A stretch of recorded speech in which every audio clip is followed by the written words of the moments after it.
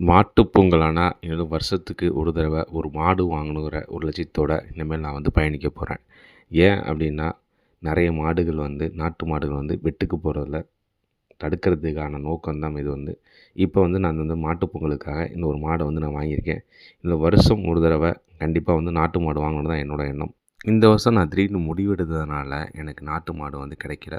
ஒரு கலப்பின மாடு தான் எனக்கு வந்து கிடைச்சிருந்தது. எனக்கு வந்து இனி வருடம் ஒரு தடவை கண்டிப்பாக வந்து நான் நாட்டு மாடு தான் வாங்குவேன். கண்டிப்பாக வந்து நம்ம நாட்டின மாடுகளை காப்பதற்காக ஒரு புது முயற்சியாக நான் வந்து இதை வந்து கையெடுத்திருக்கேன்.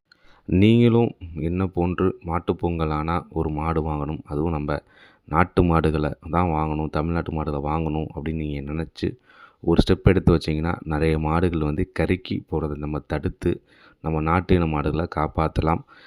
நான் தொழில் ஆரம்பித்த புதுசில் என்ன சொன்னேனோ அதை தான் இன்னமும் நான் ஃபாலோ பண்ணிக்கிட்டு இருக்கேன். நான் வந்து கெமிக்கல் இல்லாத தீவனத்தை தான் நான் இன்னமும் கொடுத்துக்கிட்டு இருக்கேன். அதுபோல தான் நடந்துக்கிட்டு இருக்கேன். நம்ம தமிழ்நாட்டின் அடையாளமான நாட்டு மாடுகளை வாங்கி நம்ம நாட்டின மாடுகளை அழியாமல் நம்ம பார்த்துக்கலாம் கண்டிப்பாக.